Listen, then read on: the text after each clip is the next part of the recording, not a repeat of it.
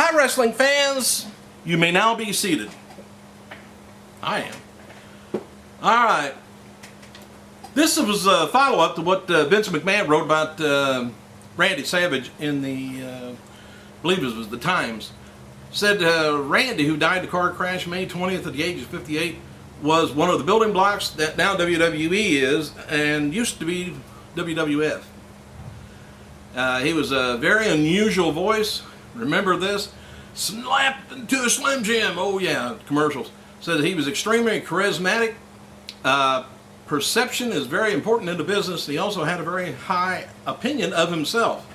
Something he needed in the locker room full of performers who has been around for quite a while and had big personalities and followings like Hulk Hogan. Today, Randy is remembered as one of the wrestling's all-time greats. No question about it, he certainly was. That's what Vince had to say. The rest of the article. WWE Divas. Brie Bella, Nikki Bella, filmed an episode of The Price is Right, and the Bella's posters posted on Twitter, "Thank you, Price is Right, had a blast, salutes." I would suspect they probably did one of these things. I don't know. I don't think they were a contestant. All right. Well, let me see. Let me get on past this. Birthdays. Happy birthday to WWE developmental star Seth Rollins or Tyler Black, 25 years old. WWF star Kamala, 61.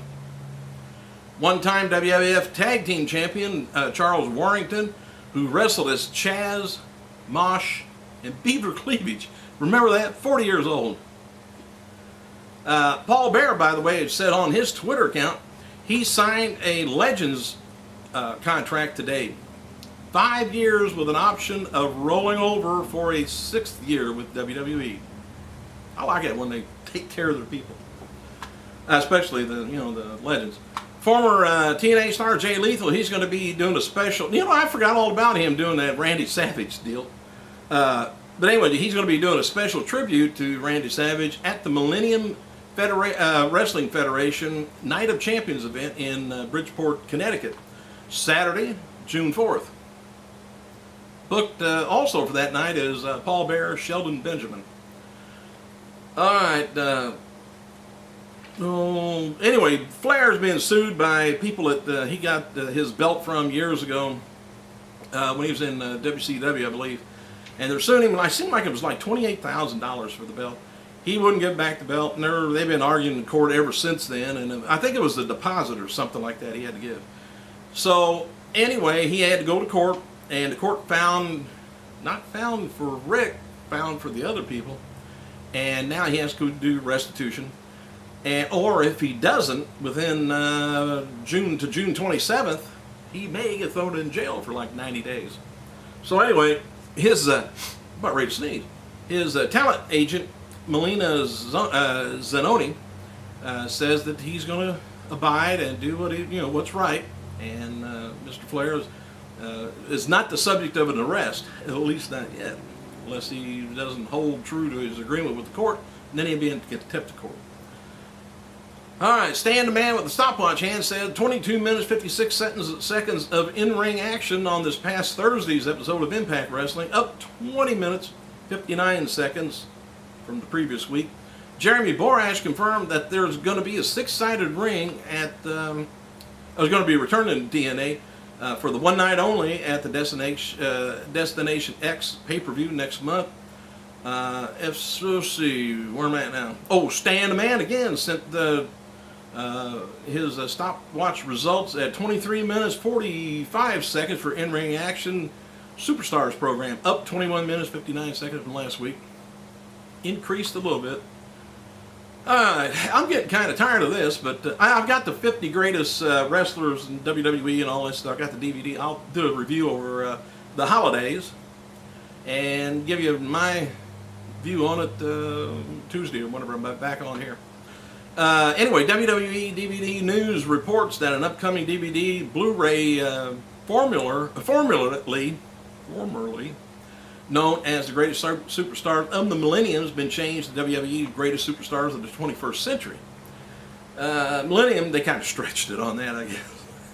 Anyway, 3 DVD discs set, 2 Blu-ray sets going to be released July 26th. The little synopsis to it is, sure, we're barely born that, we're barely more than 10% way through the 21st century, but it's not too early to look at some of the WWE superstars who've rewritten the record books on their way to the squared circle immortally forever. All right. Batista, and they name off a bunch of the icons. Oh, by the way, John Cena, Alberto Del Rio, is being advertised for WWE's July 30th Raw show, Rockford, Illinois. Kind of interesting to note that CM Punk is not being advertised for his home state. Sounds as if maybe Punk does leave WWE this summer. It will be before the end of July, because he is listed on some other shows coming up in June. Former independent agent wrestler John Moxley is now going underneath the name of Dean Ambrose in WWE Developmental. Of course, if he comes up to WWE or Raw, SmackDown, whichever, they'll probably change his name again. All right, following matches that are advertised for WWE Super Show June 17th, Low, Cena, Show, Riley versus R-Truth, Del Rio, and Punk. And Orton's taking on Christian for the world title. Kofi, Dolph, and Sin, and Kelly are being advertised for the show too. Hall of Famer Jimmy Hart was host of last night's WWE Raw in Winnipeg. Hart came out to the opening, but was interrupted by Dolph. Primo came out and made the save, which led to Ziggler losing to Primo. Hart later held a dance contest with fans during intermission. Must be not shooting t-shirts no more, huh? Great Khali turned on Ranjan Singh, I guess you probably seen the other night during last night's SmackDown, laying him out with a vice grip on his head. Khali turned heel and formed a tag team with Jinder Mahal, which you're hearing it here. They never said anything about a tag team on SmackDown. Former NXT diva AJ Lee made her SmackDown debut, and she just full of energy, just so perky.